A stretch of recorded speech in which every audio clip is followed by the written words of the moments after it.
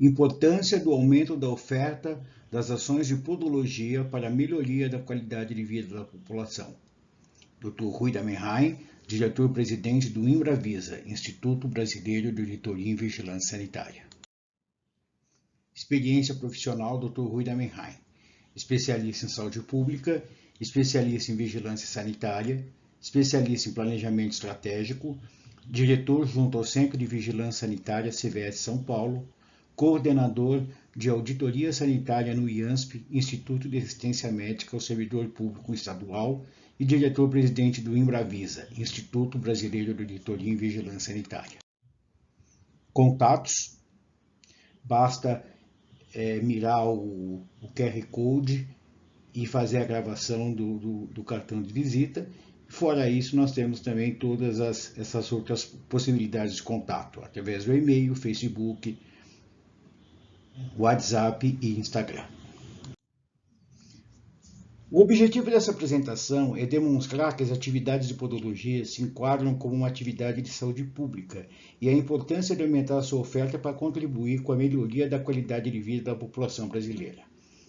Lembramos que essa apresentação pode ser reproduzida em qualquer meio de comunicação, desde que citada a fonte abaixo, Damenheim,RA-Imbravisa, www.imbravisa.com.br, versão de agosto de 2023. Eu acho que é importante a gente ter, claro, a definição do que seria um problema de saúde pública, né? Então, o problema de saúde pública ele é considerado como tal quando ele atinge uma porção importante da população, quando existem medidas preventivas contra esse problema e quando essas medidas não são corretamente adotadas pela população em geral. Então, a conjunção desses três fatores é que caracterizam o que a gente entende como um problema de saúde pública, ok? E diante de um problema de saúde pública, o poder público deve adotar as chamadas políticas públicas e estratégias operacionais para combater esses problemas. Incrementar a política de divulgação tanto dos problemas como dos cuidados necessários para evitar os seus males e todas as sequelas que ele pode trazer, ok? Nós temos atualmente algumas iniciativas estaduais que visam atingir e englobar esses problemas relacionados à questão da podologia. Nós temos no Rio de Janeiro a resolução SES 1558 de 2017, que aprova o regulamento técnico para funcionamento e licenciamento de estabelecimentos de podologia no âmbito do Estado do Rio de Janeiro e dá providências.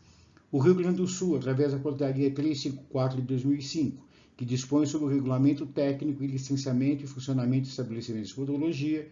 O Estado de São Paulo, através da Portaria CVS 11 de 1993, que dispõe sobre o funcionamento de estabelecimentos que exercem atividade de podólogo. E também no Estado de São Paulo, mais recente agora, o Decreto 67324 de 2022, que regulamenta a Lei 16763 de 2018, que dispõe sobre o exercício da profissão de podólogo no Estado de São Paulo e dá outras providências. A gente tem que entender que a podologia é uma área da saúde que estuda e cuida dos pés. O seu objetivo não é apenas estético.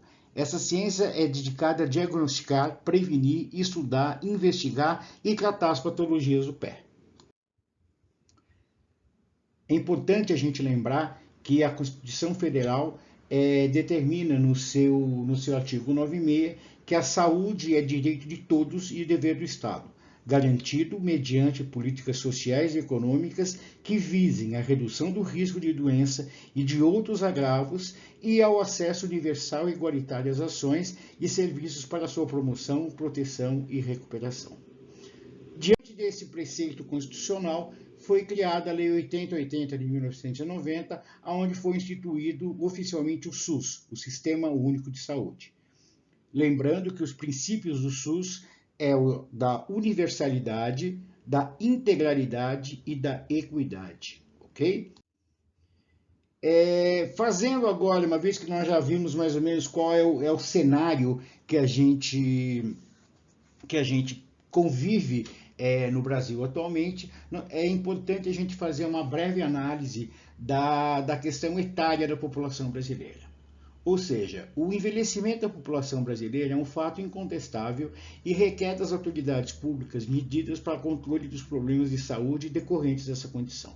Vocês podem ver aqui, se a gente comparar a questão aqui nessa primeira coluna de 1940, nós tínhamos efetivamente uma pirâmide, né? Onde a base da pirâmide eram de pessoas jovens, tá certo? E que a coisa ia afunilando até as pessoas mais idosas. Hoje em dia, em 2018, nós já temos uma situação absolutamente diferente, ou seja, o crescimento das pessoas com maior idade, né? O aumento da pessoa com maior idade é um fato, e diante disso nós temos que tomar algumas providências, porque novas situações e novos problemas vão acabar vindo em decorrência dessa situação. É uma questão de causa e efeito.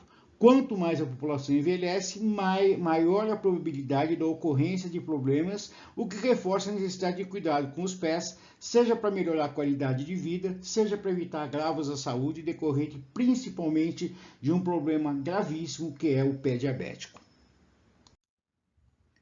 O pé diabético, ele começa de uma forma incipiente, muitas vezes sem nenhum tipo de ferimento, apenas algumas vezes com uma sensação de formigamento, e que vai evoluindo gradativamente, passando pelo que é chamado grau 1, grau 2, 3, 4, e até chegar ao grau 5, onde já existe uma situação de gangrena e que aí o tratamento adequado é fazer a amputação do pé. Então, é um problema seríssimo e que atinge um número absurdamente grande de pessoas aqui no Brasil e no resto do mundo também. A Escola Paulista de Medicina, ela fez recentemente, agora no ano de 2021, um alerta sobre essa questão do pé diabético. Então, ele começa dizendo que a simples ferida que pode virar um problema sério. Eu chamo a atenção aqui, como está descrito na seta, que o começo desse artigo é assim: a atenção vai desde a escolha da palmilha até o corte correto das unhas. Então perceba que o que é o campo de ação da podologia, ressaltado pela Universidade Paulista de Medicina, sobre um cuidado importante para se evitar os problemas do pé diabético. Seguindo aí esse artigo, ele fala que atualmente 463 milhões de pessoas entre 20 a 79 anos de idade têm diabetes mellitus no mundo. Com a perspectiva de aumento de 51%, estima-se para o ano de 2045 que aproximadamente 700 milhões de pessoas vão ter essa doença. O Brasil é o quinto país com o maior número de pessoas com doença no mundo. Estima-se atualmente 16,8 milhões de brasileiros tenham diabetes. Esse cenário suscita medidas urgentes para o controle e prevenção da doença, bem como de suas complicações. Caso contrário, o país estará fadado a ter um número expressivo de pessoas com sequelas e com a expectativa de vida reduzida. É importante a gente lembrar que o pé diabético é a principal causa de amputação dos membros inferiores. Só para se ter ideia, o risco é de 15 a 40 vezes maior entre pessoas com pé diabético. Fortes indicativos de que a amputação deve ser necessária são as deformidades, alteração na sensibilidade, limitação da mobilidade, mudanças na marcha e infecções severas. Na existência desses sinais, é importante fazer uma investigação aprofundada e o tratamento adequado de eventuais segmentos. Porém, em determinados casos, a amputação é necessária para preservar outras estruturas e funcionalidades, evitando o agravamento do quadro. Nós temos no Brasil atualmente algumas condições relativas à podologia que ainda desconhecidas de boa parte das pessoas. A podologia, ela está inserida no CBO, o Código Brasileiro de Ocupações, inserido na parte de profissionais de interesse à saúde.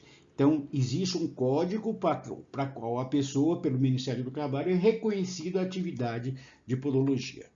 Junto com isso, nós temos a Classificação Nacional de Atividade Econômica feita pelo IBGE e adotada pela Receita Federal e diversos outros órgãos regulatórios, a classificação CNAE exclusiva para a podologia. Então, existe o código CNAE para a podologia. Isso permite que um profissional possa abrir seu próprio estabelecimento com o correto enquadramento frente aos órgãos reguladores.